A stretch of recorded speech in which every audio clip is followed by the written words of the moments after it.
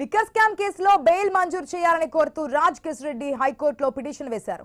ACB కోర్టులో bail petition dismiss చేయడంతో హైకోర్టును ఆశ్రయించారు. ఈ పిటిషన్ పై ఏపీ హైకోర్టు రేపు విచారణ చేపట్టబోతోంది. గత ప్రభుత్వంలో ఐటీ సలహాదారుని మాత్రమే స్పష్టం చేశారు. ఇక మద్యం విధాన నిర్ణయాలతో తనకు సంబంధం లేదని పిటిషన్లో పేర్కొన్నారు. ప్రభుత్వ రాజకీయ కక్ష సాధింపుతో తన అరెస్ట్ జరిగిందని తెలిపారు. లిక్కర్ స్కామ్ కేసులో రాజ్ కిషన్ రెడ్డి A1 గా ఉన్నారు. రైట్, దీనికి సంబంధించిన అప్డేట్స్ మా ప్రతినిధి కాంతి ద్వారా తెలుసుకుందాం. కాంతి, రాజ్ కిషన్ రెడ్డి హైకోర్టును ఆశ్రయించినట్టుగా తెలుస్తోంది, డీటెయిల్స్ ఏంటి?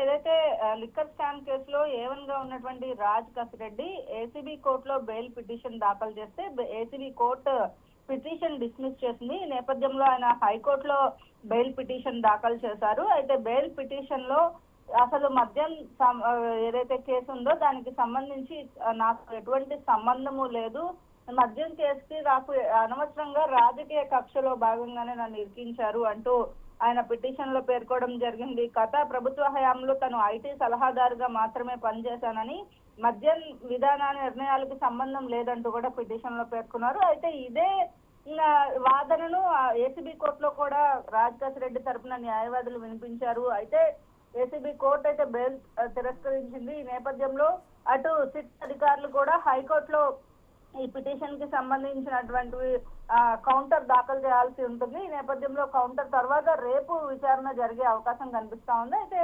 కౌంటర్ దాఖలు చేసే దాంట్లో కూడా రాజ్ కిషన్ రెడ్డి అనే అతను A1 గా ఉన్నారు. అతనే మద్యం లిక్కర్ స్కామ్ కి సంబంధించి పూర్తిగా సిండికేట్ ఏదైతే జరిగిందో ఆ లిక్కర్ స్కామ్ లో పూర్తి ప్రధాన నిందితుడు ఇతనిని కనుక బెయిల్ పైన బయటికి పంపించినట్టయితే ఏదైతే కేసుకి సంబంధించి కేసు ఎండింగ్ లో ఉన్న నేపథ్యంలో ఇతని వల్ల సాక్షులు ప్రభావితమై కేసుకి సంబంధించినటువంటి వివరాలు ఎక్కువగా వచ్చే అవకాశం ఉండదు అంటూ కూడా ఏసీబీ కోర్టులో సిట్ ఏవైతే వాదనలు వినిపించిందో తిరిగి హైకోర్టులో కూడా అవే వాదనలు వినిపించే అవకాశం కనిపిస్తా ఉంది. అయితే రాజ్ కిషన్ రెడ్డి హైకోర్టులో వేసినటువంటి పిటిషన్ ఏదైతే ఉందో పిటిషన్ తీసుకుని కౌంటర్ దాఖలు చేసేందుకు కూడా సిట్ గడువు ఇస్తుంది. కాబట్టి రేపు ఈ కేసుకి సంబంధించినటువంటి విచారణ బెంచ్ పైకి వచ్చే అవకాశం ఉంది. ఆశ.